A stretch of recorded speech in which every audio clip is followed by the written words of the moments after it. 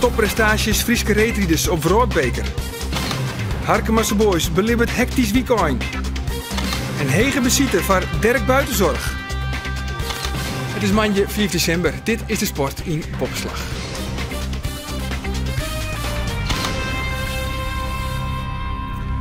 Goejoen, ook op deze pakjes joen is er bij u omtinken voor de Frieske sport. En Jonkendal neemt de onderwerpen ook nog omtinken voor de topper in de haatklasse. ONS Snits tjen CSV Apeldoorn. En dat tot de eigen van de familie De Wacht. Heid is vastzitter bij ONS. Mem leidt in de bestuurskamer de skiesdochters in de Watten. En de beide Swan, Leo en Chris voetballen in het eerste. Dat aansen, nou eerst reetrieden. Want het lijkt haast wel op een Frieske oername. Safvolle succes. Hier de Frieske reetrieders het oude weekend.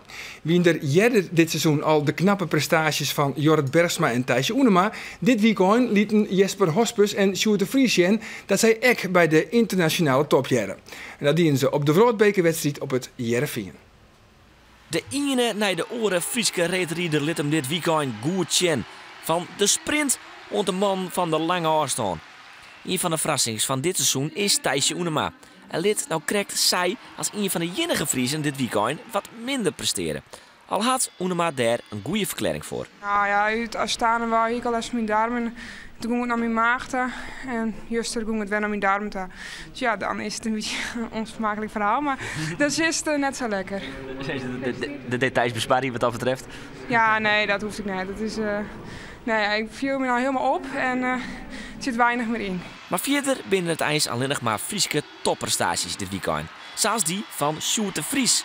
Op de 1000 meter eindigt hij als tweede. De vrijste prestatie in zijn carrière onthoudt daar. En wat te denken van Jesper Hospes. 2 weken geleden riet hij pas zijn eerste Wrootbeker.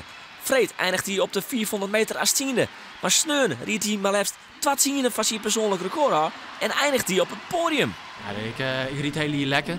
Gaat goed. En ik heb een mooie lijn te pakken. Maar dat ik dit jood nog even goed wandel, dat hier net toch. Het redden van de Wroot.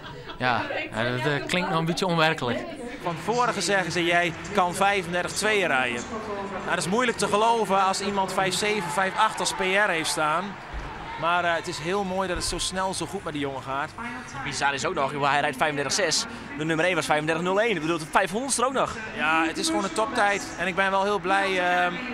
Het is gewoon echt een winnende tijd. Het is echt een podiumtijd. Alleen in dit veld weet je maar nooit. Wat je ook maar zo met zo'n tijd, 4e, 5e. Maar ik ben wel, hij heeft het echt verdiend. En die derde plek was gewoon super gaaf. Voor ons team is het super. En voor Jesper is het natuurlijk een droom. En het is gewoon een hele leuke jongen, een leuke vent. Goed met zijn sport bezig. Dus je gunt het hem ook nog gigantisch. En dan de 10 kilometer. Daar binnen het alleen nog maar de Friezen die de klok slaan. Douwe de Vries eindigt als 5e. Bob de Vries als 3e. Bob de Jong ben het nou op de Jouwer, de 2e. Maar de wedstrijd van dit weekend is die tussen Sven Kramer en Jorrit Bergsma. Een echte clash. En lang liep het erop dat het echt een wedstrijd wordt. Maar jelwijs dat blikken dat Bergsma oppermachtig is. Kramer is er nog net en liet het rennen. Bergsma, die riet geweldig. Komt zelfs maar een hele seconde te kwad van het barenkoor. Hellet dat krijgt net, maar wint op indrukwekkende wijze de 10 kilometer. Nou, het ging hartstikke goed oude rond de week. Maar dat draaien hakte wel aardig in. En van de week ging nog net zo goed. Dus ik zit een beetje te twijfelen. Ik wist dat de conditie nog steeds wel goed weer, maar je maakt zich maar even rekje. Maar met de 10 kilometer kan je er even in komen. En ik kreeg hem wel heel goed te pakken. Dus, heb je niet wat te merken eerstwurdig weer? Dus. Nee, ik kom er trok in. Het verbaast mezelf ook. En ik blijf maar 3 of 4 uur in. Dus ja, dat ging super. Sven Kramer riet voor het eerst weer een 10 kilometer. En dat is gewoon wij krijgt nog even te vier. Of hij nou dan afzuist van, nou ja, dit is eigenlijk wel een beetje in de lijn van verwachting. Nou ja, het valt me natuurlijk wel aan. Ik hier graag Oersvold. Maar goed, ik ken hem met Chiron te gaan en ik ken keuze maar van ja, ik verrot hem tot aan de finish en daar en ik riep mezelf helemaal op een hoop. Of ik let hem een beetje erin en ik heb voor het laatste gekozen. Kramer eindigt uiteindelijk als jochende. Maar de bandploeg doet het super. 1, 2 en 3. Bam! Ja, zeker. Ja, dat jij ik. Daar ben ik nog net echt mee bezig geweest. Maar ik zeg dat Bob de Vries eerst een hartstikke goede rit rieden. En van hem krijg ik al dat Bob de Jong ik nou hartstikke goed bezig is. En ja, 1 van 3 super. Dreksplaats voor de tweede serie, dus ideaal. 1, 2 en 3. Bam! Ja, zeker. Ja. Nee, maar het is een heeg niveau. Dus net alleen nog wij, maar al die orenman die ried ik onder de 13 Een hele protte nog tussen 13 en 20. Het is gewoon, voor mij is het de beste 10 kilometer die er ooit rijden is. En hoe vierde Sjoster dan maar een beetje jaloezie naar die bandploeg? Dat is van, verdedig, waarom loopt het bij u TVM net? Nee, zo helemaal nee. Wieso, als ik hier gewoon echt goed ben en ik krijg gewoon zuur op mijn kloten, ja, dan breek ik de boel uit. Maar ja, dat is het op dit moment gewoon net. Nee. Ja, ik ken het meer van mij. Lagerst. Nou ja, dat jet toch ik zag. Ja. Dan moet er even wat sneuvelen, dus dat herken ik wel. Dan ging ik het interview samen, die ging de poort nou brood. Nee, dat snap ik, ja. Ben ik hier nog een keer samenwerken eigenlijk? Hoe zit dat? Ja, wie weet. Ik heb er meer geld. Nou ja, letterlijk. En de volslijne bandploeg van Jillet Adema is voort naar de Vrootbekerwedstrijd van Aroen Sneun in de autostap naar het Vleenfield. En de komende 10 dagen zitten Jorrit Bergsma en consorten op Tenerife voor een trainingskamp. Voetbal dan. Cambuur moest het Aroen Vreed al opnemen in de koprinner en dat is FC Zwolle. En de Ljouters gingen pijnlijk onderuit. Zwolle woen met 3-0. De eerste goal van Zwolle valt op een ongelukkig moment, de 44e minuut, en op een ongelukkige manier. Want hier is het Martijn van der Laan die zijn eigen keeper Robert de Loeke passeert. Er wordt net goed gecommuniceerd tussen die twee en dan komt Zwolle op een 1-0 vastsprong. Wel een beetje Gierkeep, maar hij zit er wel in en hij telt. Van der Laan totaal geen contact met de eigen keeper en hij passeert hem. In de tweede helft gaat Zwolle op ziek naar de 2-0. En dat slag het de Zwolle naar de nek. Maar een mooie aanval. Over de linkerkant komt de bal bij Virgil Narsing. Die rent van Boksel eruit en passeert ten Loeke in de lange hoeken. En dan is de wedstrijd aan zal spelen. 2-0 voor Zwolle in de tweede helft. Narsing die het goed naar binnen snijdt. Van Boksel achter hem lid en ten Loeke kansleers. En het zou al hier nog slimmer worden, want Cambuur eindigt de wedstrijd ook net bij halve man. Want dit is net verschiedsjochter van Siegem goed voor een tweede gele kaart voor Ozan Turk. En dat betekent dus reed voor de onvierder van Cambuur. En met 10 man moet Zwolle de zaak nog verder uitbouwen kunnen. En dat doen ze dan een hek. Maar een mooie combinatie van de Berg die dit oersjeugd behoudt. Allight neemt Mamedov en die scoort. Cambuur verliest in Zwolle met 3-0 van de koprenner van de Jupiler League. Robert Hedder is Joet officieel uitzetten bij Harkemasse Boys als interimtrainer. De oudspeler van ONS en Harkemasse Boys tekenen Aroen Vreed een contract om te mooi de simmer. Hedder volgt Henk de Jong op, die het eens 1 januari voor de groepsteen zoeken. Aroen toont het jong op de training die elke niet daar in elk geval nog vanuit. Hap, hap, hap, hap, hap, hap. Het is moeilijker voor Havi hoor, met je linkerpoot. Ja, tik, tik, tik. Alleen links, andere rechter, jammer. Tak, tak, tak, tak, tak, tak, tak. Wat vinden de meesten eigenlijk ervan, de supporters, dat Henk de Jong in waarom stapt? Nou ja, dit is weer een van de betere beslissingen van het bestuur de afgelopen tijd, heb ik begrepen. Ja. Ik probeer lekker scherp met de jongens te trainen, gericht op de wedstrijd. Maar vooral een groot plezier brengen. Dat de jongens gewoon goed aan de wedstrijd beginnen. Dat ze lekker trainen, dat ze het gevoel hebben, ja, wij kennen toch heel wat. Deze week hoe je geen wonderen te verwachten. Ik denk dat zelfs Henk de Jong dat net kan.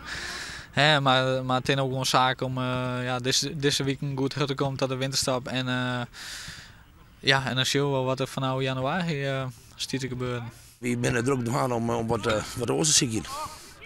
En om hier ervoor te krijgen van januari tot de bouwvak. En hoe hard kan het verhoren? Want nog geen 24 uur later is de nieuwe man arriveerd. Robert Hedder van de Gediek. Oud-speler van de Harkemasse Boys en dus de nieuwe interim. Wat kent het gaan? Ja, dit is wel heel gang. Ik ga Fred Jonne het roem maken. En dan just dat het in de voetballerij alles mogelijk is. Doe wie is het vrijkwam, want toen best bij Leicester Eagles stoppen. Maar ja, toen best eigenlijk voor de slag en nu ben je een topklasser op veld. Ja, sinds de voetballerij heb ik nooit eens een keer een periode van rust gehad. Dus ik sta nu ongeveer een week aan de kant. En ik ben een type die moet bezig blijven. En nu komt Harkema op mijn hoek en dat is fantastisch natuurlijk. En dus kan Henk de Jong echt vol slijn concentreren op Cambuur. Maar hij zorgt vanzelfs zijn grote leefde nog wel even spelen in Capelle. En die beginnen heel sterk onder de wedstrijd, want dit is de tweede minuut. Uit de hoekskop van Gert-Jan Rotman is het Marvin Richard die de 1-0 ondertekent. Hij komt voor Jacob de Vries en kopt vrij in. Een domper van de boys die toch graag nog wat punten hellen willen voor de winterstop. En hier liep het wermeester in, maar dit is Jordi van Wijk. En die had een hele knappe onderschepping. Oebeles Kokker. Kan hij nog wat extra's brengen? Jan Kreerse voorzet en René van der Wij maakt het tot nog mooier aan. Na 12 minuten is de stand weer in Liekwicht. Maar een Kreers uit vierde aanval. De paas is scherp. Het hakje van der Wij is heel mooi. En Sastie en de boys weer helemaal Jonken Capelle, de nummer 6 van de topklasse. En zit er misschien nog wel meer in, want ja, de boys die willen graag op eigen veld wat zien letten. Een blokje, René van der Wij. En die helpt verwoestend uit. Maar de onderkant van de lotte werkt het in dit geval net mee. Pech voor René van der Wij. Voor dit prachtige boetekansje. Hij liet het alles goed te doen. Maar het geluk ontbreekt. En zo hebben we een rij staan van 1-1. En Robert Herder die gaat alvast aan het werk in conclave met Willem Wening, de interim coach. En in het tweede helft gaat het nog harder, want dit is de eerste minuut na het skoft. En voordadelijks weer de efterstaan. Henk Roeland, de topscorer van Capelle, helpt het hier heel netjes uit in de lange hoeken. En dan is het 1-2. En dan waren de boys op jacht naar die ontsluiting. En liep het hier een nijdeelregel. Er wordt fluiten voor de overtreding. En er liep het toch een aardige kans om te komen. Maar er is nog een vrije trap van Oebeles Kokker. En daar valt de goal. 2-2 in de 72e minuut. Hij komt op naam van Koos Werkman. Maar hij wordt ijsmakken terug Marvin Richard. Die kapt dus in eigen goal en zorgt het voor een Liekse staan. En in die slotfase kan het alle kanten nog uit. Oebeles Kokker voor de volle winst? Nee, het blijft 2-2. En zag een Henk de Jong naar een Liekspul voor de tweede keer afscheid nemen van Harkemasse Boys. Ja, zoals het nou zit ben ik klaar. Ik krijg de jongens een hand. Bedankt voor de samenwerking. Ik vind het eigenlijk jammer dat Robert al gecontacteerd is. Want ik ben zo prachtig met die jongens aan het werk. En, maar kleren, dan maak ik weer voort. Hè. Dat wist ik van tevoren. Dus ik heb geen enkel probleem. Hè. En dat ik zei, nou, het wiepen waarom kom ben ik voort. Dus nee, dat is weer oud dan. Maar die me wel even wat. Jawel. Hoe moeilijk is het om een clubicoon als Henk de Jong op te volgen? Geen flauw benul. Ik ben zeer benieuwd. Henk die had zien strijden voor het zinnen hier bij Harkemasse Boys. Nou, ik had zelf 2 jaar voetballen. Dus ik had er een heel goed gevoel bij. De stand. Sneun eindigt de topper tussen Spakenburg en GVVV in 0-0. Zodat nou Rijnsburgse Boys de nieuwe koprenner is. Harkemasse Boys klimt tot het Liekspul naar het 12e plak. En Robert Herder maakt het Sneun dan zijn debuut op de bank in de laatste wedstrijd van voor de winterstop. De uitwedstrijd tegen de nummer 8 en dat is Katwijk. ONS is de grootste koprenner in de haatklasse C van het Sneunsvoetbal. En dit weekend zie de topper tegen CSV Apeldoorn op het programma. Die ploeg gaat maar 3 punten minder als de Snitsers. Een wichtige wedstrijd dus en vooral een hele spannende dag. En dat geldt zeker voor de familie De Wacht, de ONS-familie bij uitstek. Bij voorzitter Harm De Wacht is niet van die spanning te vernemen. Liekezoors is er al petit op de club om naar de jeugd en de oren seniorenteam te zien. Waar is de bal uit? Nou, spanning vind ik nog net zozeer. Alleen nog, het is wel interessant om zo'n wedstrijd weer mee te maken. Ja. Dus ik vind het wel mooi om uw krachten te meten. Zien een vereniging die denk ik weer ambities had om weer om te keren in de topklasse. Dus ik wil wel eens weten hoe we hier besteden. En de familie De Wacht speelt een prominente rol bij de ONS. Net alleen nog is hij het voorzitter. Bij de Swan speelt hij in het eerste bij de Snitsers. Een paar uur na Heid zet oudste zoon Leo De Wacht aan naar het Zuidersportpark. Heid is dan al in de bestuurskamer dwanen maar de tardienings voor de topper. Ik ga thuis Jan hier altijd heen en dan hebben we altijd een noffelijke jong. Dat word ik wel eens let, maar dat hindert niks. Maar ik vraag je nooit aan de opstelling. Dat kennen dus trainers ik beamen, denk ik. En ik vraag je de jongens ik net. Ik wil me daar echt 4 van schieten en dan kan je het lang volhouden, denk ik. Want anders dan krijg je belangenverstrengeling en dat wil ik absoluut net. Bij de Swan De Wacht steen Joet op het veld. Ook al is het onwis dat Chris vanwege een knippelblessure wil beginnen kan. Onder onderviering van broer Leo beginnen de Snitsers scherp aan de wedstrijd. Hier de facet van de rechterkant. Duel, Rozenburg die kopt hem terug naar Chris De Wacht. En die zit hem in de hand van keeper Venema. Wat een mogelijkheid voor de Snitsers. En de 1-0 die volgt dan toch al vrij gauw in de zonde minuut. is het hier Arnold Hedder die vrijkomt van de keeper. En hij zet de Snitsers op een vastsprong. In de belangrijke wedstrijd, de topper tussen ONS en CSV Apeldoorn. De paas van De Wacht op Goedhart. Hier Jurien Bos. Mooi in het waardje. Dan de vastzet van diezelfde Goedhart. Dan kunt hij González kind er krek net bij komen. Hij kopt oer. Maar ONS is de betere ploeg. En zet in de eerste helft. Ik trog ze volle fot dien je werkmaatje. Hier Leo De Wacht. Speelt een goede wedstrijd. Had de controle en zet de meesten te plak. En broer Chris De Wacht die had het dreig in de wedstrijd. Hij had last van zijn blessure. Paasers komen net geen onderloon en de shot er net zo fit uit. En dan komt zijn kans. Jurien Bos, de spits van ONS, krijgt hier een tik. En dus een vrije trap. Dat is een specialiteit van de topscorer van ONS. Opvallend. Controlerende, verdedigende middenvelder. Samen nemen Chris De Wacht. Die hier een vrije trap krijgt. En die gaat er wel heel vrij in. In de kruising het doelpunt van Chris De Wacht. Hier in de winkelhaakast. En dus de 12 vastsprong voor ONS. Ik hoor van dat we scoren. Dat is attractief. En ik bewijs mij als heid zijn dat je zo'n scoort. Maar als de ONS een oorenspeelder scoort, dat maakt mij niks uit. Nee, de 2-0 liet ONS het initiatief onder de Gelderlanders. Bram Holtman komt op en zet voor op Modou Niang. En die scoort hier de 2-1. Dus is er wat spanning waarom in de wedstrijd. En dan is het Skoft. En Vaart denkt dat alle De Wacht Skoft die had het goed mis. Mem Sietske bekroort het haar om de koffie, cake en de zoekenballen in de bestuurskamer. Ik begin altijd 4 minuten van tevoren ben ik hier weer, want ja, dan mag het weer kleersteken hier al. Hè. Dus soms is het wel heel lastig hè, om hier te wijzen op tijd. Maar Jannie, mijn collega, die houdt net van voetbal, dus die bloedt hier altijd. Dus dat is wel noffelijk. Dan weet ik in ieder geval dat er hier is. Na de zoekenballen en koffie rint Sietske gauw naar het veld om haar zwan te zien. Chris is dan op wisselen. Hij had te volle les van zijn blessure. Zuster Corina snapt al waarom had Chris eruit mat. Ja, maar ik denk dat het heel verstandig is. Die knibbel daar rent hij al zo lang mee. En hij doet altijd zijn uiterste best om erbij te wezen. Hij doet er alles voor. Maar dan denk ik, ja, op een gegeven moment mag ik net forceren. Dus, maar ja, het is wel leuk dat ze beiden in het veld staan natuurlijk. Dat is wel weer. Chris De Wacht, de topscorer is uit het veld en Jeffrey van der Meer van hem in de plak. De Stitsers witte Liekwols ex zonder Chris wil te scoren. Arnold Hedder jouwt er vastzet en zet voor een Bos. Een scrimmage en daar profiteert Martijn Rozenburg van. Een geweldige streep, een geweldige knal. En dus winnen de ONS'ers met trein van Apeldoorn. Met dank onder oren aan een van de grote mannen aan de kant van ONS. En dit is een geweldige knal van Martijn Rozenburg. ONS Nits, Apeldoorn, trein in. Klasse. Godverdomme.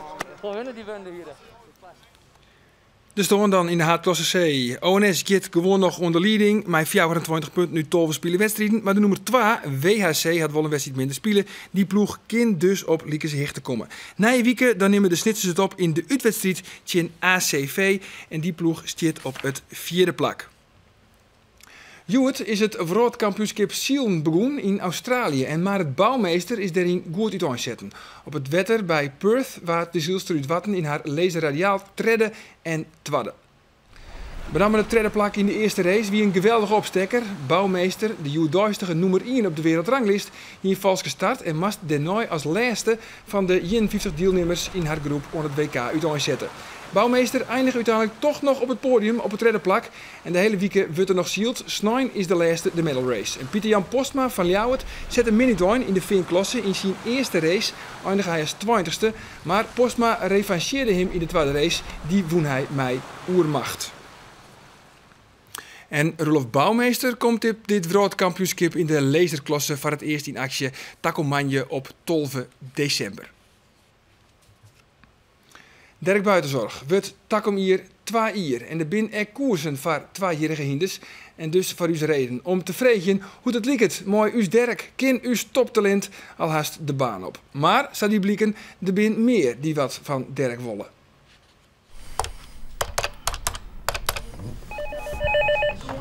Sportredactie om Friesland. Sinterklaas? Is het goed heilig, man? Gerrit, jongen, liet een vrolijke vriend. Maar Gerrit, ik zou graag Dirk Buitenzorg van die Liene wollen. Ja, dan mag je eerst in een Sjoukje Wagen afvregen, ja? Oh ja, en was waar dat het er mooi stiert, hè? Gerrit? Gerrit? Gerrit?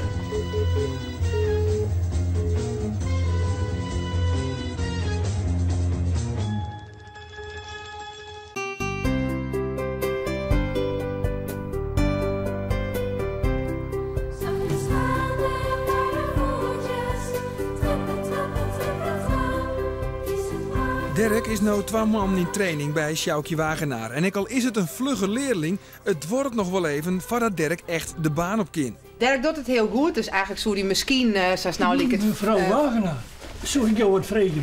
Heel even wachten, Sinterklaas. Ik denk misschien van Oorske, je mag wel even de stal aanvangen. Misschien wel van het oren of zo. Zo lang nog? Wel. Ja, dat wordt het wel lang. Ik ken net in een paar weken even koers gezet. De echte leefhavers moeten dus nog haast een ier wachtje. We vregen je aan Ilke Kruis, de man die het Action Squatter grutmakken had, werd het al hier van oorhinget voordat Dirk voor het eerst op de baan te bewonderen is. Nou, dat hangt er van af dat hij de geestelijke aan tij is. Dat betekent dat hij mooi rustig is en mak. En hij moet een bepaalde snelheid met die ontwikkeling kennen. Dus hij moet een kilometertijd erin kennen. Dat ze hem dan op een baan en hinder met natuurlijk bepaalde tijd rennen. En als hij daaraan voldoet, dan ga je de baan op. Hoe ligt het met de tien van Dirk? Nou, de tien van Dirk is nu 2 maanden aan het werken. Nou, daar zit wel progressie in. Maar via de tijd om in de baan, Safir is er net. Ja, hij maakt een hele protevordering. Alleen met mijn hele lietse verschiltjes, binnen mijn hele lietse stapjes die hij maakt. Dus dat is voor een boetesteender heel moeilijk om te zien. Maar als je er alle dagen mee bezig bent, dan zie je wel, het wordt hem steeds meer gewoon en hij leert gewoon heel goed. Maar wat moet hij dan precies leren? Hij moet leren hoe hij accelereren moet natuurlijk. En hij moet een beetje uithoudingsvermogen krijgen. En hij moet... Mevrouw Wagenaar. Wat is er, Sinterklaas? Alsjeblieft, je moet me helpen. Mijn kinderen is te oud. En ik mag nog zoveel cadeautjes langsbrengen. Ken ik Dirk net van de sulky, dan gaat het lekker hut. Nou, dat weet ik net, Sinterklaas. Maar je kent helemaal net sulky die. Dan kan je het eerst even mijn Zwarte Piet oefenen of zo naar die karren.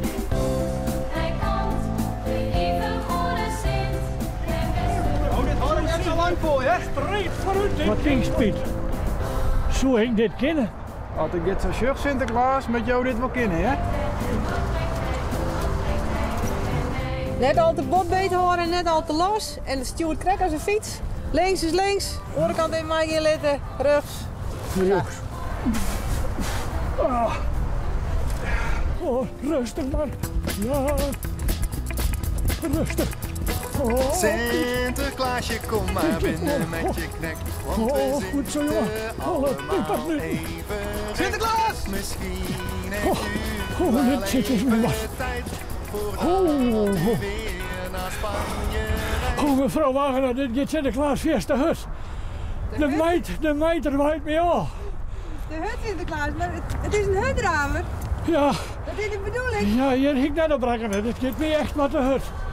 Oh, jongen, dan was net weten hoe het wat terug gaat. Het is...